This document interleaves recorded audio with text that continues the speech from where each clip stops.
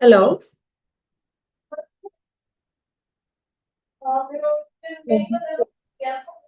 Can you please switch on your camera as well? Just 1 second. Okay, sure.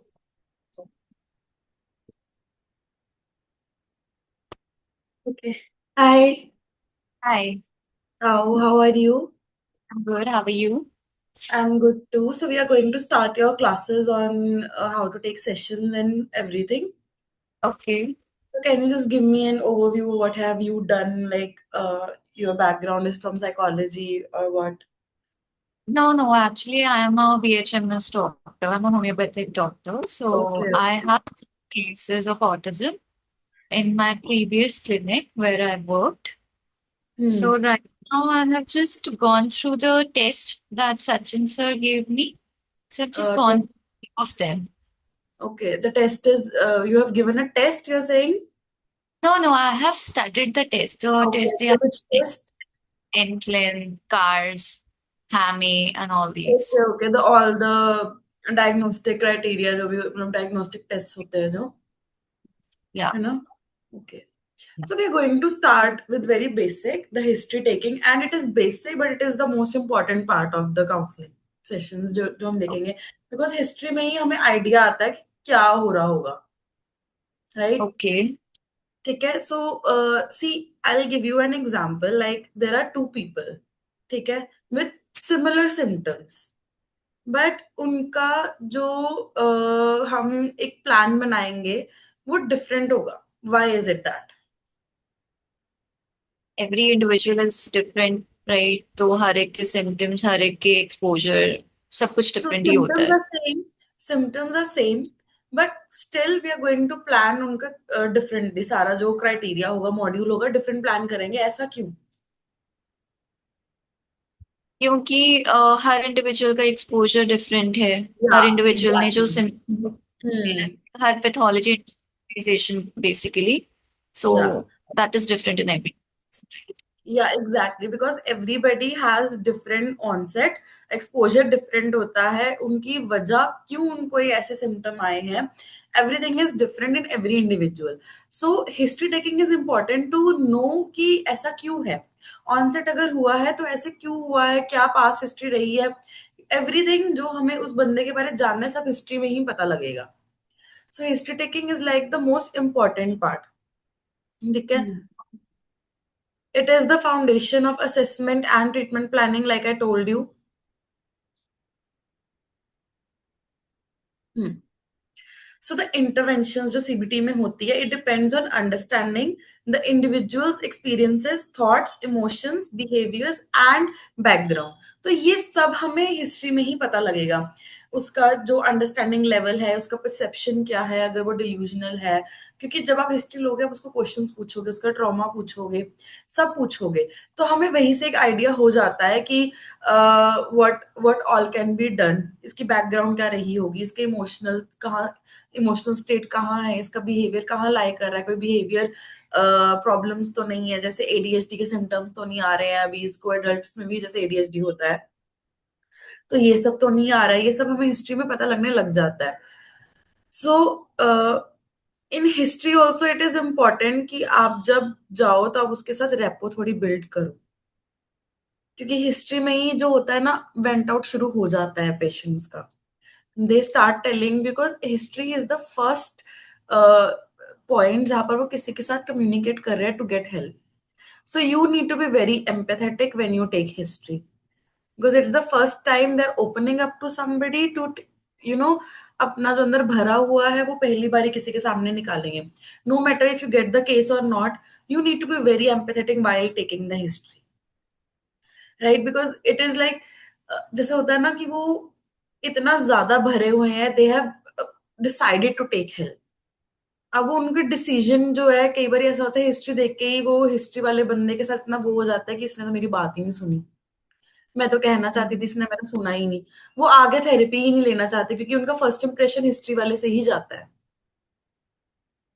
ठीक है ना. तो history में सबसे पहले जो होता है, हमने उनकी पर्सनल इंफॉर्मेशन लेनी होती है. देयर एज, एवरीथिंग, जो उनका education, their occupation and the address, सबको जो है पर्सनल इन्फॉर्मेशन में आ जाता है। ठीक है, दिस इज बाकी जो नेम वगैरह है, एज वगैरह, वो तो ऑलरेडी हमारे पास फाइल में लिखा आता ही है, क्योंकि वो रिसेप्शन पर ही हो जाता है। Then the second thing that comes, the most important thing is taking their chief concerns. जब हम उनके चीफ कंसर्न लेते हैं, we need to ask them very gently कि please tell us the reasons why you are here, why you want to seek therapy, क्या क्या क्या आप चाहते हो, मतलब क्या क्या what are you going through. Then they will start telling ये सब। हमने उसमें से भी वो होता है ना कि जैसे वो बोलेंगे कि मैं बहुत चिड़चिड़ापन रह रहा है, ऐसे रह रहा है, then you need to be very sure कि आप क्लिनिकली उसको कैसे लिख रहे हो। अब हम ऐसे तो लिख ही नहीं सकते कि चिड़चिड़ापन रह रहा है, right? So we need to be sure about the words we are using. और एक जैसे होता है ना कि कई बार हमारे पास जब बंदे आते हैं हिस्ट्री के लिए, वो तभी भी थोड़े एंग्शियस दिख रहे होते हैं, तो हम सीधा ऐसे नहीं बोल सकते कि you seem anxious, how long have you had anxiety. ये ना बड़ा वो दिखाता है कि अच्छा मैं ऐसे ही दिख रहा हूँ, मैं ऐसे ही लगता हूँ, मतलब उनको वो और ओवर थिंकिंग में चले जाते हैं। सगों हमें ऐसे बात करनी चाहिए कि like can you tell me कि what brought you here today, and आपको कैसे डेली लाइफ में ये चीजें इफेक्ट कर रही हैं। You need to be very passive about it in history taking, even in sessions also.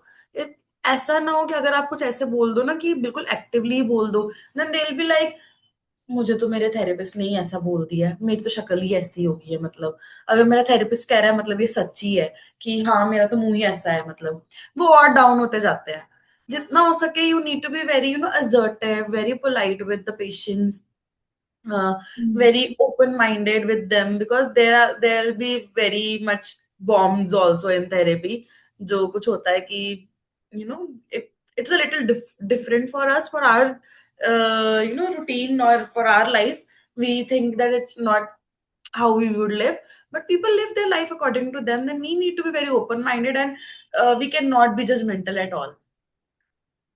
ठीक है, ये तो Yeah. बेसिक एथिक्स है ही होते हैं कि हम जजमेंटल नहीं हो सकते बिल्कुल भी, we need to be very open minded. And even in history taking you need to ask open ended questions, जब पेशेंट ऐसा हो जाता है कि वो नहीं बातें बता पा रहा। चीफ कंसर्न्स में you need to ask about their appetite, you need to ask about their sleep also, कि आपकी स्लीप कैसे चल रही है, सब कैसे चल रहा है। क्योंकि कई बार ऐसा होता है कि ये चीजें वो बताना भूल जाते हैं, but these are something very important to know. अगर उनकी एपेटाइट बिल्कुल ही लो है और वो बताना भूल जाए, क्योंकि हमने अपनी मेडिकेशन उस हिसाब से मैम ने करवानी होती है according to the sleep cycle. ये सब बहुत जरूरी होता है इन ईच केस, चाहे वो ओसीडी हो, एंजाइटी हो, डिप्रेशन हो, स्लीप और एपेटाइट पूछनी पूछनी होती है। देन आफ्टर चीफ कंसर्न्स, जब चीफ कंसर्न्स भी आप पूछते हो ना, वो जैसे एक बात कर रहे हैं, आप उनको और क्वेश्चन करो, जैसे वही ओपन एंडेड क्वेश्चंस होते हैं कि मेरे साथ ऐसे हो रहा है कि मुझे चिड़चिड़ापन रह रहा है, अच्छा क्यों रह रहा है, कुछ ऐसा हुआ है। ओपन एंडेड क्वेश्चंस रखने ही है हमेशा अपने साथ की, ताकि बात आगे आगे होती जाए और आपको और उनके कंसर्न्स पता लगते रहे। You need to ask about the physical symptoms as well, जैसे हार्ट रेस तो नहीं बढ़ रही है, आपकी पैल्पिटेशंस कैसी हैं, चोकिंग जैसी फीलिंग तो नहीं आ रही है। ये सब भी आपने साथ साथ में पूछना है, ताकि जो फिजिकल सिम्टम्स है वो भी हमें पता लगते रहे।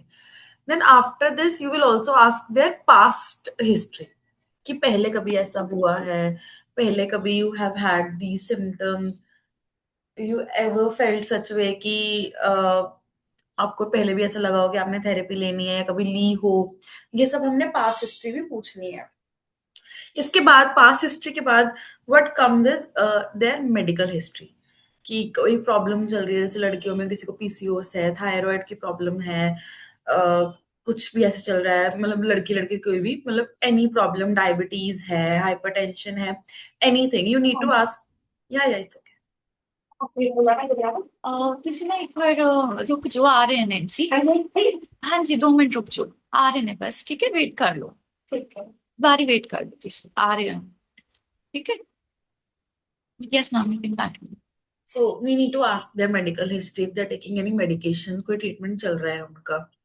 मोस्टली ठीक है। इन एजेस अबव 50 काफी चल रही होती है हाइपरटेंशन या कुछ ऐसे, तो you need to make sure कि आपने पूछा है कि मेडिकल हिस्ट्री तो नहीं चल रही है कोई। Then there comes psychological history, mental history की कभी आपने पहले लिया है, जैसे जैसे हमने पास्ट हिस्ट्री में भी देखा है, आपने कभी मेडिकेशन ली है, थेरेपी ली है, कोई आउट पेशेंट करवाया हो, वट एवर, तो यू नीड टू आस्क, उन पेशेंट कभी एडमिट ना हुए हो, you need to ask about that also. Then comes family history, कि किसी को फैमिली में मेंटल हेल्थ इश्यू तो नहीं है, कोई फैमिली में तो नहीं है जिसने कभी मतलब जिसको डिप्रेशन, एंजाइटी या कुछ ऐसा रहा हो, तो ऐसे। देन उसके बाद you have to ask the trauma, उसके अगर कोई निकला हो, जैसे होता है ना कि some people have gone through something जिसके बाद उनको डिप्रेशन या anxiety, something has happened like post traumatic stress disorder हो गया हो, तो we need to know the trauma also, कि कुछ ऐसा हुआ तो नहीं है जिंदगी में जिसके बाद ये सब हुआ है। देन उसके बाद we also need to know the duration of symptoms, कब से हो रहा है, ऑनसेट कब हुआ था, ठीक है, कि कितने साल से प्रॉब्लम चल रही है, फ्यू डेज, मंथ्स हो गए हैं, 1 to 2 years, 2 to 5 years, कितने भी इयर्स हुए हैं। Have you seen the history वाला पूरा जो हमारा है? और द ऑनलाइन वन जो अडल्ट हिस्ट्री और चाइल्ड हिस्ट्री, हाँ हाँ, जी हाँ जी, वो मैंने हैव यू कर taken have you taken history कभी उस पे? ओपीडी में जो पेशेंट्स थे ना, तो वहां पे मैंने ली हुई है, उसमें भी भरी हुई है एंड एज वेल एज दोनों वैसे करी हुई है। सो यू मस्ट रेजोनेट जिसके साथ मैं जो मैं बोल रही हूँ उस चीजों के साथ, है ना, तो हिस्ट्री टेकिंग तो I think you know a little because your background is also in clinical field only, so you need to ask the duration of symptoms कि कब से चल रहा है, then severity and impact भी worse हो रहा है कि थोड़ा stable है, कैसे हो रहा है कि हमें, क्योंकि हम आगे उसी के अकॉर्डिंग करते हैं प्लान। अगर हम्म, वर्स हो रहे सिम्टम्स तो उसके अकॉर्डिंग मेडिकेशन भी ज्यादा चलेंगी, थेरेपी के भी फिर सेशंस हम इंटरवल ज्यादा नहीं डालते फिर, नहीं ठीक तो है। इंटरवल जैसे स्टार्टिंग में कई बार ऐसा होता है कि पेशेंट इतने ज्यादा उस चीज में होते हैं, कई बहुत ज्यादा ही डिप्रेस्ड होते हैं, we need to call them alternative days पे, कई तो ऐसे भी होते हैं जिनको रोज ही बुलाना पड़ जाता है। हम्म, सो इट डिपेंड उसी पे कि कितनी सिवियरिटी है और कितना इम्पैक्ट उन पे पड़ रहा है इस चीज का। कई ओसीडी के आई हैव ओसीडी के पेशेंट एंड उसने अपने आप को इतना अच्छे से हैंडल करा हुआ है कि वो 10 दिन बाद आती है and everything is going well. So it depends from person to person, वही सिवियरिटी और इम्पैक्ट के ऊपर बेस करता है कि हमने कैसे अपने सेशंस आगे डील करने हैं, ठीक है। ठीक है।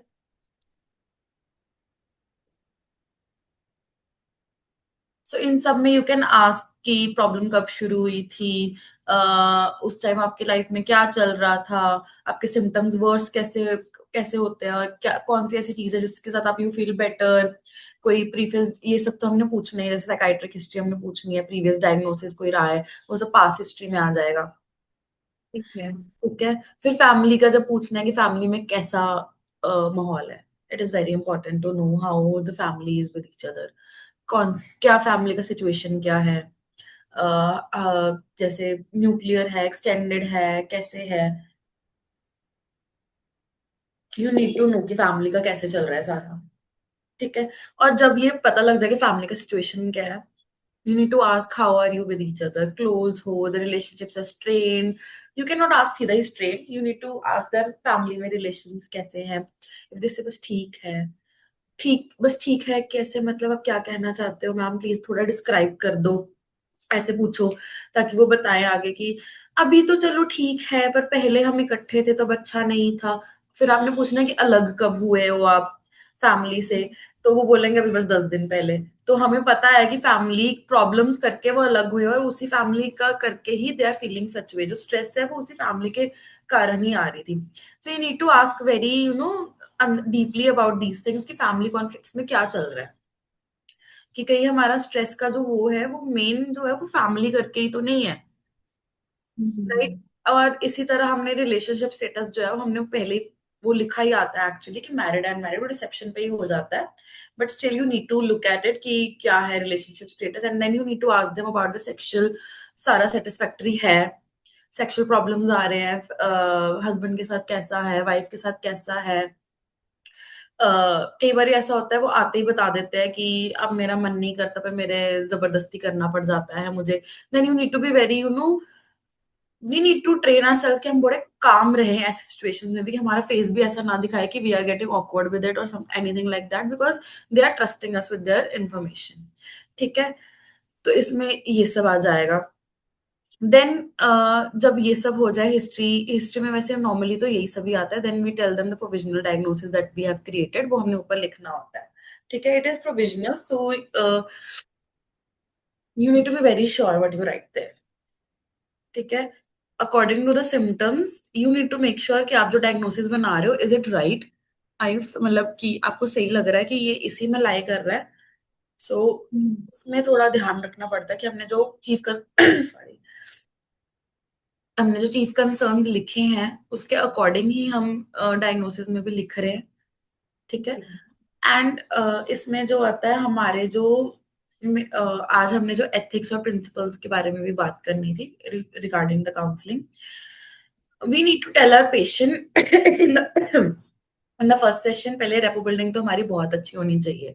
रेपो बिल्डिंग, अब यू डोंट नो कि आपको हिस्ट्री टेकिंग जिसकी आपने हिस्ट्री ली है वही आपको मिलेगा।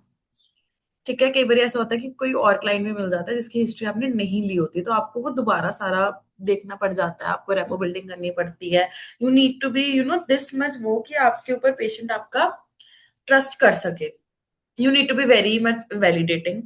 आपको उसके पहले सेशन में तो उसको जितना वेंट आउट हो सकता है उसको करने दो।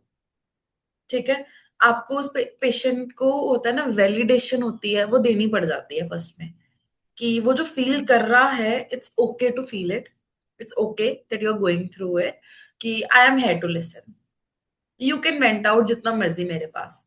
ठीक है, then you need to be even when they venting out you need to ask open ended questions, ताकि उनको लगे that yeah you are actively listening, you are participating in it. And open ended question से ऐसा भी हो जाता है कि जैसे कई बातें होती है वो नहीं बता पा रहे होते, वो उसमें भी कॉन्फिडेंट फील करते हैं, फिर वो और बताते हैं बातों को। ठीक है, then there is like you need to maintain appropriate eye contact. थोड़ा आई कांटेक्ट मेंटेन करोगे ना, फिर उनको थोड़ा बेटर फील होगा कि हाँ कॉन्फिडेंस कॉन्फिडेंस से बात हो रही है। देन सब मतलब होता है ना कि they trust better, they feel like कि हाँ प्रेजेंस है। ठीक है ना, then there is reflective listening, मतलब वही ना, जैसे जैसे वो बात कर रहे हैं you respond in that way.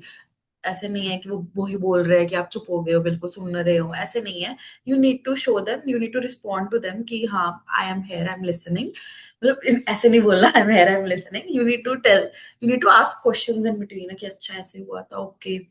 थोड़ा थोड़ा रिस्पॉन्ड देना पड़ जाता है। फर्स्ट सेशन में तो देखो कई बार ऐसा होता है, एक पेशेंट बहुत ज्यादा वेंट आउट करने लग जाता है कि वो बस बोली जा रहा है बोली जा रहा है। ठीक है, वेंट आउट तो करवाना जरूरी है, बट कई बार ऐसा होता है कि आपका पेशेंट इतना चुप होता है कि you are not able to you know get things out of them, so उसमें you need to be the one who is initiating. या कई बार ऐसा होता है हम एक्सपीरियंस शेयरिंग करना पड़ जाता है, ताकि उसको ये ना लगे कि अकेली मैं ही हूँ जो जिसको ऐसा फील होता है, अकेली मैं ही हूँ जो इस चीज में से गुजर रहे हैं। So you need to make them feel कि नहीं ऐसा होता है, मेरे पास ऐसे बहुत पेशेंट्स आते हैं जिनके साथ ऐसा होता है और सब ठीक हो जाते हैं। बस खुद पे भरोसा रखना है और मेरे ऊपर भरोसा रखना है, will get you through this. ठीक है ना, then you need to maintain professional boundaries with them, you can not make, जैसे होता है ना हम दोस्त नहीं बन सकते उनके। ठीक है, उनको ऐसा लगेगा कि हाँ I can talk to you, you are my friend, you are my this, but उनको जितना होता है ना, हमें उनको जितना हो सके उतना फील करवाना है better, but remaining in a professional boundaries. कोई ऐसा पर्सनल रिलेशन फॉर्म नहीं करना है किसी के साथ। ठीक है ना, and you need to tell them confidentiality के बारे में भी, कि हमारे बीच में जो भी बातें हैं सिर्फ हम में ही रहेंगी, it will not go to anybody, but we need but if there are chances of self harm to others or something illegal, then we cannot keep it to ourselves. Then we have to maintain जो legal rights है, सब हम मतलब जो legally जाता है हमने उसके अकॉर्डिंग ही करना है। फिर ये चीज भी आपको रेपो बिल्डिंग में बतानी है, ताकि वो थोड़ा कॉन्फिडेंट फील करे कि नहीं, हम B here it is just the space for me, I can talk about anything here। ठीक है, ताकि उनको भी थोड़ा वो फील हो कि कॉन्फिडेंट, कि हाँ I can talk about anything here. ठीक है, कोई और if you want to add something. And it's clear let's do case taking third answering का first session that is all. जैसे कई बार होता है ना कि हमने सेशन नोट्स भी लिखने होते हैं, अब उसमें भी we need to be very sure about what we are writing. अब जैसे लिखा हो, जैसे हो कि हमारा क्लाइंट लेजी है, we can not write client is lazy, we need to be Okay. Very अब वो जैसे क्लाइंट, अब जैसे मैंने यहाँ पे लिखा हुआ है सारा, client reports difficulty initiating task and completing daily responsibilities. हमने थोड़ा उसको प्रोफेशनली लिखना है, we can not write it बस ऐसे ही। ठीक है ना, तो उसमें हमने जो, और एक तो बात इनको भी मतलब इनको भी ऐसे पूरा बताना है कि वी जस्ट हम बस अपने डॉक्यूमेंट्स के लिए, सिर्फ अपने ताकि we know what we are going to, तो भी हम सेशन नोट्स बनाते हैं, तभी हम नोट करते हैं, वैसे इट इज कॉन्फिडेंशियल ओनली। ठीक है ना, और you can and it is cracking. Session notes जो आप बता रहे हैं so that we are writing for our और on the patient slip like it is, या it is for our reference, ताकि हमें याद रहे हमने कहाँ थेरेपी में कहाँ एंड करा है। ठीक है, it is not for the patient, ये हमारे जब आप लोगे ना सेशन, तब वहां पर जब आप सेशन डालोगे तब नीचे सेशन नोट्स का भी आ जाएगा। somebody there I think will tell you, नहीं तो मैं किसी दिन जब यहाँ पर भी I can share my screen and show you how to put session notes and everything. ठीक है, तो इवन इन तो एक तो कॉन्फिडेंशियलिटी का बताना होता है रेपो बिल्डिंग में, कि उनको थोड़ा होता है ना कि कईयों को डर लगा रहता है, हमारे मेंटल वो होते हैं ना, कॉग्निटिव डिस्टॉर्शंस बन जाते हैं कि मेरे बारे में ये ऐसा तो नहीं सोचेगी, ये ऐसे तो नहीं सोचेगी। So you need to make rapport इतनी स्ट्रांग, वो कॉन्फिडेंशियलिटी वाला बेस बताओ, थोड़ा असर्टिव रहो, थोड़ा ये रहो, ताकि वो आपके ऊपर इतना मतलब होता है ना कि वो भरोसा करे कि वो आपके सामने खुल सके पूरा। है ना, थोड़ा अपनी हमें होता है ना कि we need to you body language थोड़ी वैसे रखो, अपना पोस्चर थोड़ा वैसे रखो, ताकि आप ओपन दिखो सबको, पेशेंट्स को लगे they can rely on you, कि हाँ अब मैं यहाँ पर आ गया हूँ, अब मैं ठीक हो जाऊंगा, अब मैं मेरी सारी प्रॉब्लम्स ठीक हो जाएंगी। It is about the positive body language and the positive attitude. This is what I think. If you smile on your patients, they smile back, they feel a little, आते ही थोड़ी positiveness उनको मिल जाती है। अगर हम भी मुंह बना के बैठे रहेंगे तो वो तो कहेंगे अच्छा, आगे घर मेरे इतने स्यापे हैं, मैं यहाँ पे भी आ गई लड़न, मतलब वही मुंह देखने। तो मैं, है ना, थोड़ा सा हैप्पी हैप्पी वाला माहौल बना के रखो, थोड़ा उनको भी थोड़ा होता है ना कि जब वो जैसे जब सेकंड सेशन भी है, जैसे फर्स्ट फर्स्ट में तो चलो रेपो बिल्डिंग हो जाती है, सेकंड में भी थोड़ा उनके बारे में और जानो, थोड़ा फीडबैक लो कि कैसा रहा आपका हफ्ता, अच्छा ऐसे हो गया था, reply as much as you can, respond करो उनको, ताकि उनको फील हो वो safe place, because at the end of the day they just need a safe place, right? We are working medications पे, we are working on the therapy, but try करना to make them smile as well, right? ठीक है, बाकी if you want to ask something, you want to add something. my rest is clear. Rest I think next class we have on Sunday, right? आप मुझे अपना number दे दो सो that we can यहीं से मैं आपको हेलो भेज देती हूँ, ताकि हम यहाँ से खुद कोऑर्डिनेट कर सके। Okay. बोलो, 8 आप मेरे को चैट बॉक्स में, नहीं चैट बॉक्स में नहीं बोल ही दो, चैट बॉक्स में रहने दो, बोल दो।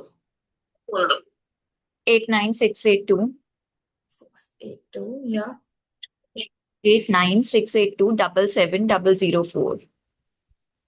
ठीक है, मैंने आपका ले लिया, after the call I will give you a miss call, then you also save it so that we can coordinate अपने आप ही, फिर मुझे किसी और को कॉल करना पड़ जाता है कि ऐसे ऐसे। ठीक है, ठीक है, No so problem. Everything is clear, is it okay for today?